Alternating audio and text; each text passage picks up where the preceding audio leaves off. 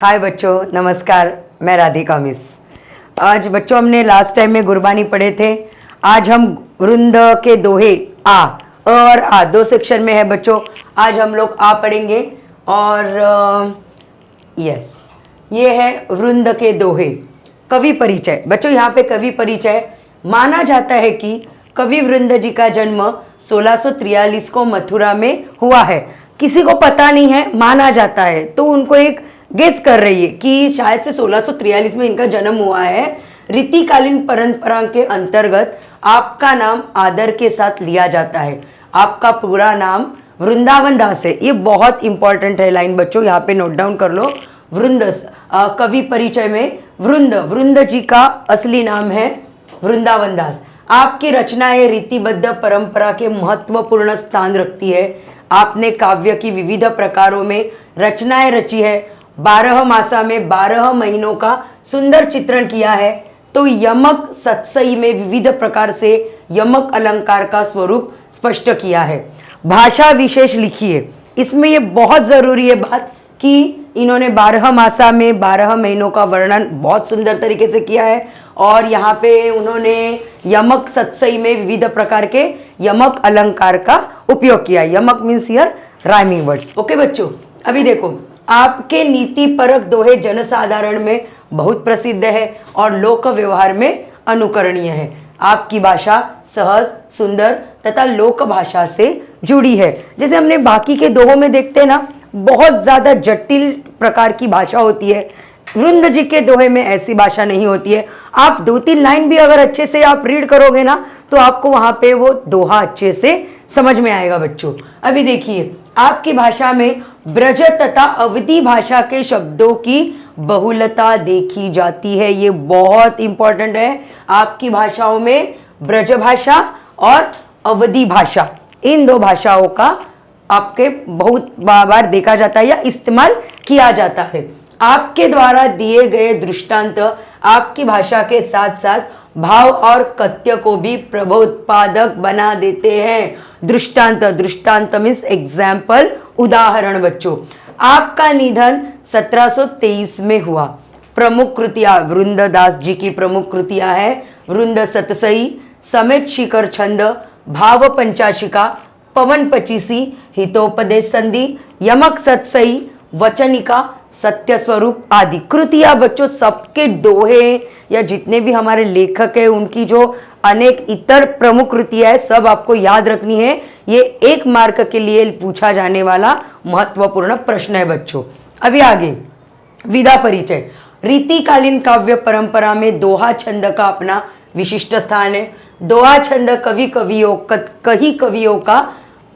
कवियों का प्रिय छंद रहा है। दोहा अर्ध सम मात्रिक छंद है। दोहे के प्रत्येक चरण के अंत में लघु वर्ण आता है। इसके 4 चरण होते हैं।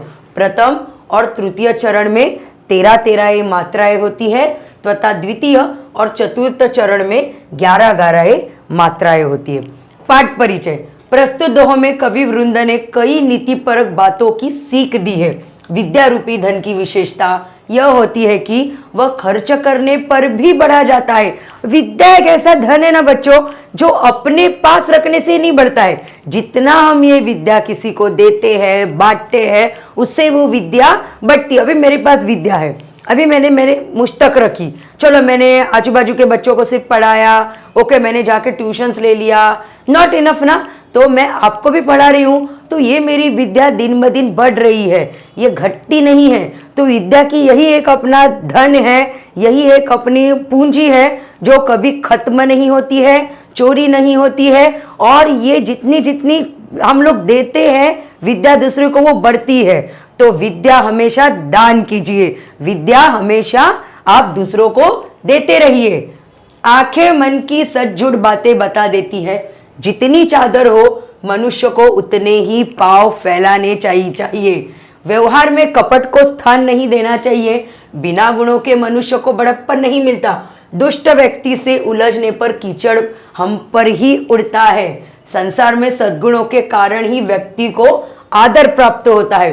कवि वृंद के दोहे पाठकों को व्यवहारिक अनुभव से परिचित कराते हैं। तो ये जो मैंने एग्जाम्पल दिए ना सब, ये अभी सब हमको दोहों में पढ़ने मिलेगा। बहुत अच्छा है, बहुत इंटरेस्टेड है, और आप पढ़ोगे ना तो आपको रीति उसके मतलब अनुभव से परिचित तो हो जाओगे व्यवहार से, बट वो एक पढ़ने में जो मजा है, वो जो आत्म शांति मिलती है ना, वो बहुत अलग टाइप की आत्म शांति है बच्चों।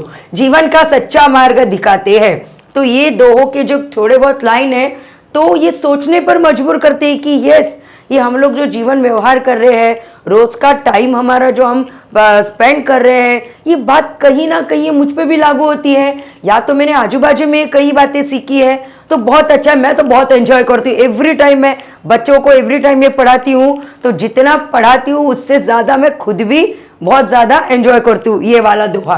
तो होप सो आपको भी बहुत अच्छी लगेगी।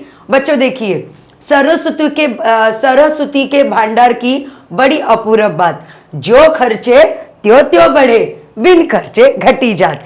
बच्चों यहाँ पे सरस्वती मतलब माता सरस्वती, जो विद्या की देवता है, विद्या की धनी है। तो सरस्वती के भंडार मतलब भंडार है उनके पास, ज्ञान का, नॉलेज का भंडार है। तो इनकी बहुत अपूर्व बात, एक यूनिक है बात। ये यूनिक बात क्या है? जो खर्चे, जितना ज्यादा हमने ये भंडार या अपनी विद्या जितना ज्यादा खर्च करेंगे तो ये बढ़ती जाती है, बिन खर्चे घटी जात। अगर हमने इसको खर्च नहीं किया, अगर हमने विद्या किसी तक नहीं पहुंचाई, मुझ में मेरी तक मैंने सीमित रखी, तो ये उतनी उतनी घटी जाती है। जैसे आप रोज पढ़ते हो बातें, रोज बुक पढ़ते हो, रोज अलग अलग आप सब्जेक्ट आप अगर स्टडी करते हो तो वो याद रहती है। जिस दिन आपने सपोज आपने 1 महीना नहीं किया, अभी देखो जैसे लास्ट टाइम में पेंडेमिक ईयर में बहुत सारे बच्चों ने, ऐसे बहुत सारे बच्चे बुक को हाथ ही नहीं लगाया, अभी सब भूल गए। तो इसके लिए ये लाइन यही बताती है कि जितना ज्यादा आप विद्या इस्तेमाल करोगे, उतना ज्यादा आपको वो विद्या आती जाएगी, इससे आपका कुछ भी नुकसान नहीं होगा। तो आज से क्या स्टार्ट करना है? सरस्वती के भंडार को हमको जी भर के, दोनों हाथ से, खुले हाथ से हमको ये खर्चा करनी है मतलब पढ़ाई करनी है।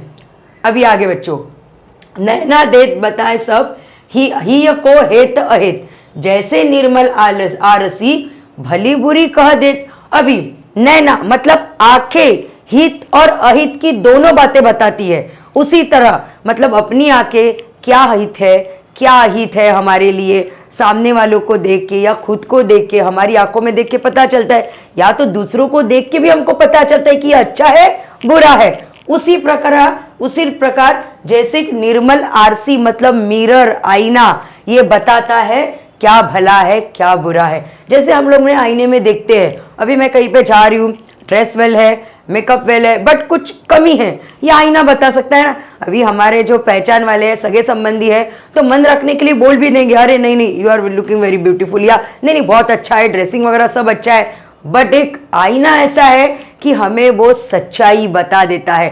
ठीक उसी तरह हमारी आंखें, नैना बता देते हैं हित और अहित की बातें, वो किसी से जानने की जरूरत ही नहीं। अच्छा बुरा जो है हमारी आंखों से हम लोग देख सकते हैं, तो इतने तो हम लोग मैच्योर्ड है ही कि किसी को पूछने की हमको जरूरत नहीं है। उसी प्रकार नैना जैसे हित और अहित की बातें बताती है बच्चों, किस प्रकार बताती है? तो निर्मल आरसी, प्योर और क्लीन ग्लास, मिरर जैसी हमको अच्छाई बुराई बता देती है हमें क्या है, वैसे ही नैना बता देती है। समझे बच्चों? अभी आगे देखना बच्चों, अपनी पहुंच बिचारी के करतब करिए दौड़, तेते पाव पसारिए, जितनी लंबी सौर मीन्स चादर, चद्दर।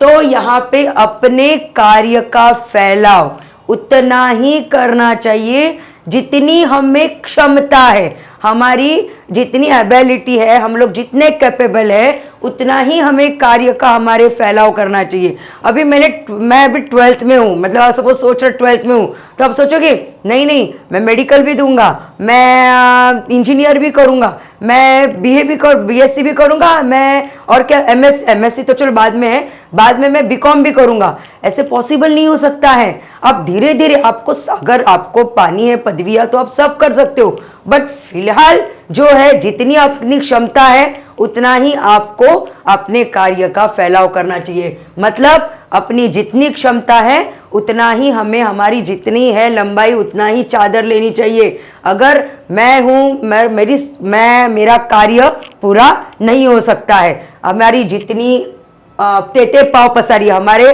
पाँव उतने ही पसारने चाहिए जितनी हमारी चादर है। मतलब जितना हमारा कार्य का फैला हो सके उतना हमें अच्छा कार्य करना चाहिए, वरना हमारा कार्य वो कंप्लीटली पूरा नहीं हो सकता है बच्चों। अभी आगे, फेर न हवे है कपट सो, जो कीजिए व्यापार, जैसे हांडी काट की चढ़िए न दूजी बार। व्यापार में छल कपट एक बार पॉसिबल है।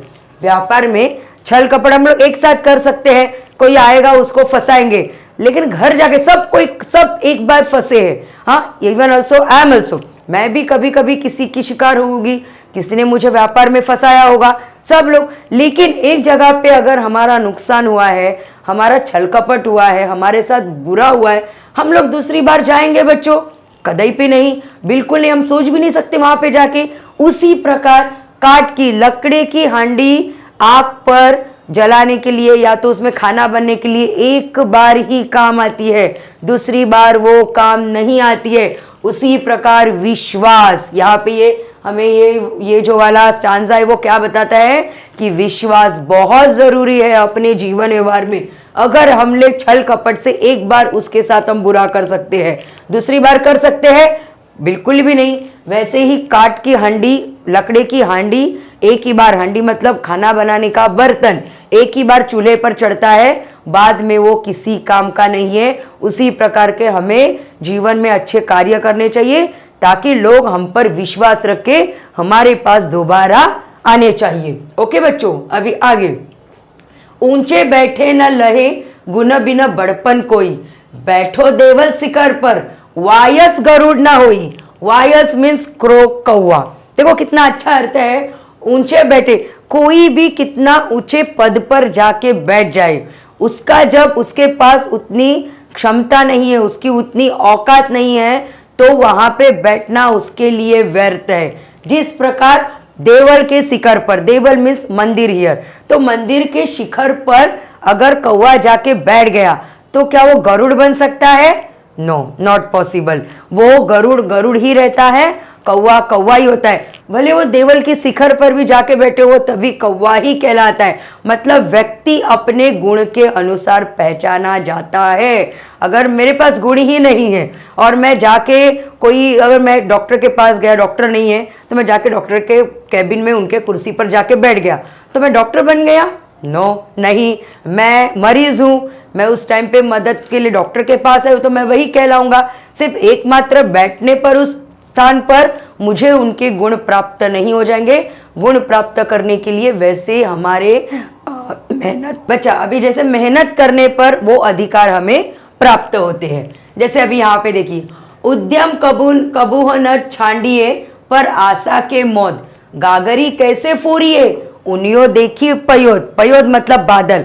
हमें हमारा काम किसी के आशा में हमें अधूरा नहीं रखना चाहिए। खुद का काम हमें खुद करना चाहिए, किसी दूसरे पर हमें निर्भर नहीं रहना चाहिए। जैसे हम लोग बारिश का पानी देख के हमारे घर की जो गगरिया है, जो पीने पानी का मटका वगैरह है, हम लोग फेंक देते हैं, फोड़ देते हैं। क्या हम सोचते हैं कि अरे बारिश का पानी आ रहा है, चलो जाके वही पानी पीते हैं, वहीं पे जाके हम लोग जो भी हमारे पानी की जो भी नीड है वहीं पे हम लोग पूरा करते हैं? नहीं ना, हम तो हमारा पानी जो है वो भरना ही पड़ता है, हमें वो सब काम करने ही है। भले बारिश आती है तो बारिश के लिए हम लोग हमारी गगरिया फोड़ नहीं देते हैं, वैसे ही हमें हमारा काम दूसरों के आशा के सहारे, दूसरों की आशा में हमें अधूरे छोड़ने नहीं चाहिए। खुद का काम हमें खुद करना चाहिए। अब यहाँ पे, कछु कहीं नीच न छेड़िए भला न वाको संग, पाथर डालिए कीच में उछरे बिगाड़े अंग।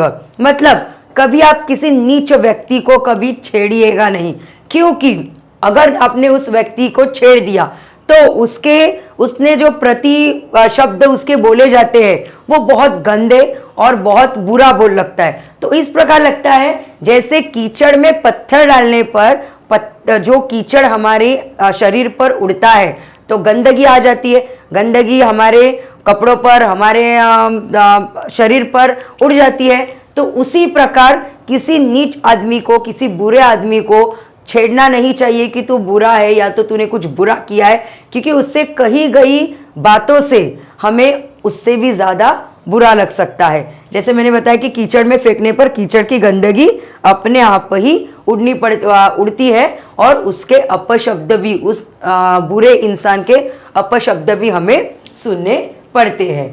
अभी बच्चों यहाँ पे, जो पावे अति उच्च पद ताको पतन निदान, जो तपी तपी मध्यान्ह लो अस्त होतु है भान। कवि ने देखो कितना अच्छा यहाँ पे उदाहरण दिया है। जिस व्यक्ति को उच्च पद प्राप्त है, एक ना दिन उसका पतन होना निश्चित है। किसी भी प्रकार कोई उसका उस अधिकार में या उसी पोजीशन में नहीं रहता है। किसी ना किसी को चलो उसके रिटायरमेंट होना पड़ता है, बहुत सारे कारण है, उसको एक दिन अपना पद छोड़ना पड़ता है। जिस तरह एक तपा हुआ मध्याह्न, मतलब मध्याह्न में सूर्य जो रहता है हमारे सर पे रहता है, उसका भी पतन होना निश्चित है। वो एक में उसका अस्त होता है, राइज होता है सन। तो सन एक जगह पे नहीं है, सूरज अगर एक जगह पे नहीं है, मध्याह्न में वाला तपने वाला सूर्य अस्त में कितना अच्छा लगता है, तो उसका पतन निश्चित है। तो वहां पे अगर ये चेंजेस नहीं है तो इंसान किस अधिकार की बात कर रहा है? उसको भी अपना पद एक ना एक दिन छोड़ना ही है। हम लोग ऐसा नहीं सोच सकते कि मैं आज हूं, मैं शिक्षक हूं, तो एक ना एक दिन मुझे तो रिटायर होना ही है, एक ना एक दिन मुझे अपने पद से हटना ही है। तो उसी प्रकार जिस प्रकार सूर्य एक जैसा नहीं होता है, उसको उसका पतन निश्चित है, उसका अस्त निश्चित है, तो सभी का अपना अपना अस्त निश्चित है। अभी बच्चों यहाँ पे, जो जाको गुण जानही सो होती ही आदर देत, कोकिल अंबही लेत है काग निबोरी लेत। अभी कोकिल मतलब कक्कू यहाँ पे, और कोयल, और काग मीन्स कौवा। अभी देखिए, जो जिसके गुण जाना वो उसको सम्मान देगा, वो उसको आदर करेगा। जैसे कोकिल ने आम के गुण जाने हैं, क्योंकि आम फलों का राजा, तो वो उसके लिए बेकरार रहती है। उसको जब आम का ऋतु आता है तो वो अपनी कुहू कुहू से पूरा जो मंजर है वो एकदम से सुरीली कर देती है। और कौवा बेचारा, उसने तो उसके ही गुण जाने, तो वो निबोरी खा के भी आनंदित रहता है। निबोरिया मतलब कड़वा नीम रहता है ना, उसके फ्रूट रहते हैं येलोइश टाइप के। तो कौवे ने निबोरी का गुण जाना तो वो निबोरी में आनंद है। कोयल ने आम का गुण जाना तो वो आम खाने में अपनी आनंद है। जो जिसके गुण जिसको उसको पता है वो उसी प्रकार उसको सम्मान देता है और उसी का आदर करता है, ये उसका अर्थ है। अभी आगे, आप अकारच आपनो करत कुबुद के साथ, पाय कुलाड़ी आपने मारत मूर्ख हाथ। मतलब अकारण काम से, अविवेक बुद्धि से किया गया हुआ काम उसी प्रकार का है बच्चों, जैसे अपने पैर पर कुल्हाड़ी मार लेना। मतलब आपको अपना जो भी काम है जीवन में, जो भी आपको आगे जैसे जैसे जाना है, आपको सोच समझकर, आपको विवेकपूर्ण आपको काम करने होंगे। नहीं तो वो काम किस प्रकार होगा कि करने जा रहे थे एक और हो गया बहुत बुरा हो गया, ऐसे हो जाएगा। तो मतलब अपने पैर पर अपनी कुल्हाड़ी मार लेना, मतलब खुद से ही खुद का काम बिगाड़ लेना। ओके बच्चों, अब ये लास्ट, कल कपूत जानो परी लकी सुबह लच्छन गात, होनहार विद्वान के होत चिकने पात। देखो कितना अच्छा ये भी।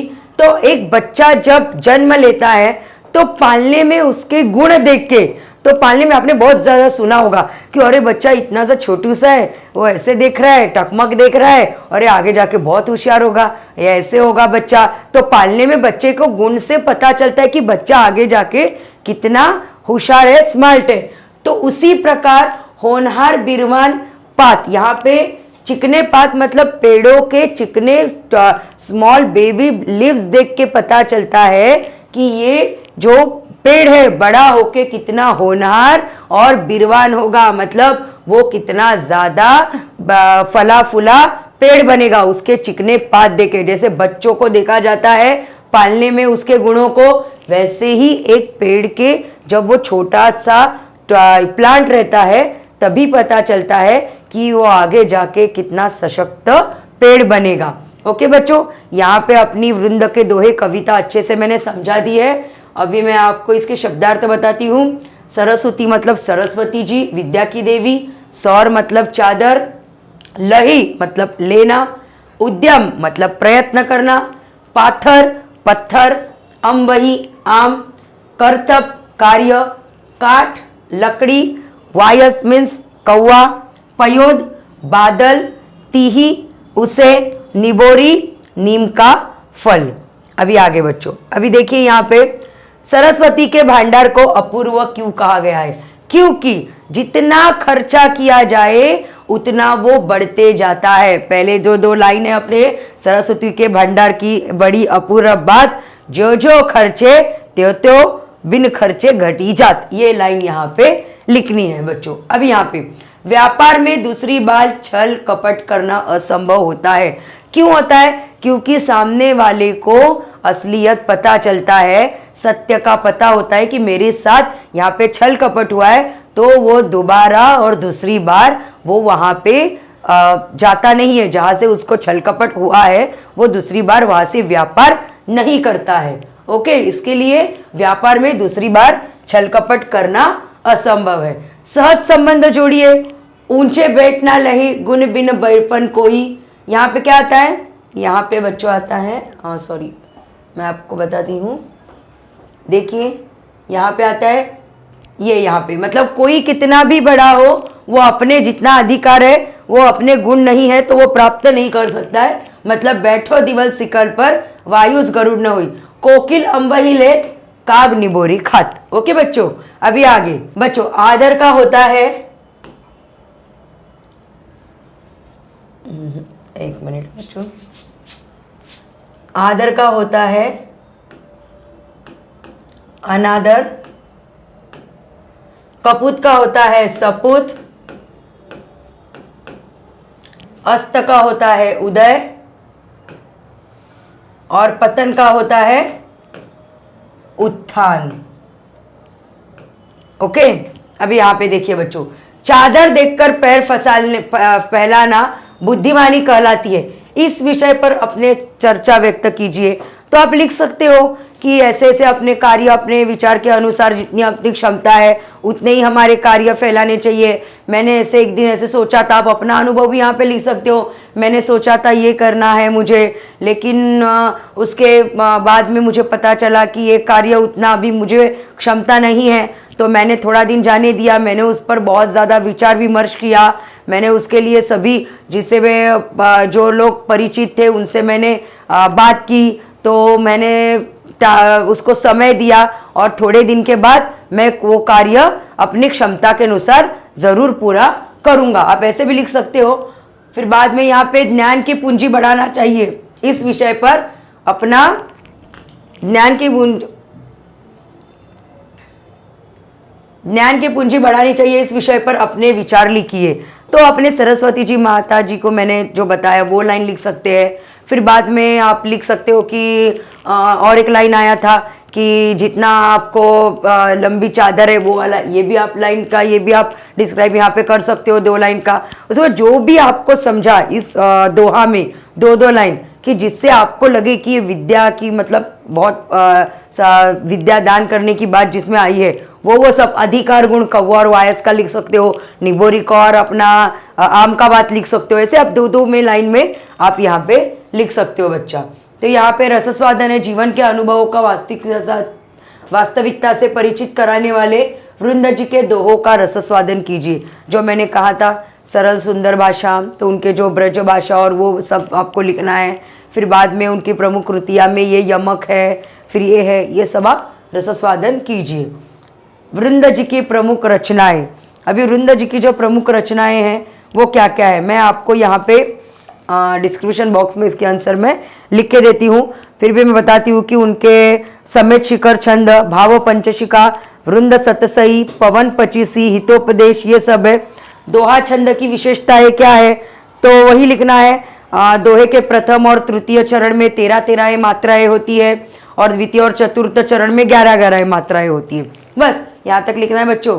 और यहाँ पे अलंकार है, जैसे मैंने बोला था कि आपको मैं ग्रामर भी स्टार्ट करने वाली हूँ, तो हम लोग शायद से अगले वीडियो में ग्रामर स्टार्ट करें। रूपक, उपमा, उत्प्रेक्षा, अतिशयोक्ति और दृष्टांत बहुत आसान तरीके से है, ग्रामर भी। तो अभी तक का बच्चों यहाँ तक मैंने पढ़ाया है। आप बोलिए आपको कैसे लगा। बहुत सरल शब्दों में मैंने आपको ये दुआ समझाया है। और आगे का हमारा चैप्टर है बच्चों, बहुत अच्छा चैप्टर है, पाप के 4 हथियार। वो भी हम लोग जल्द से ही करेंगे बच्चों। चलो बाय बच्चों।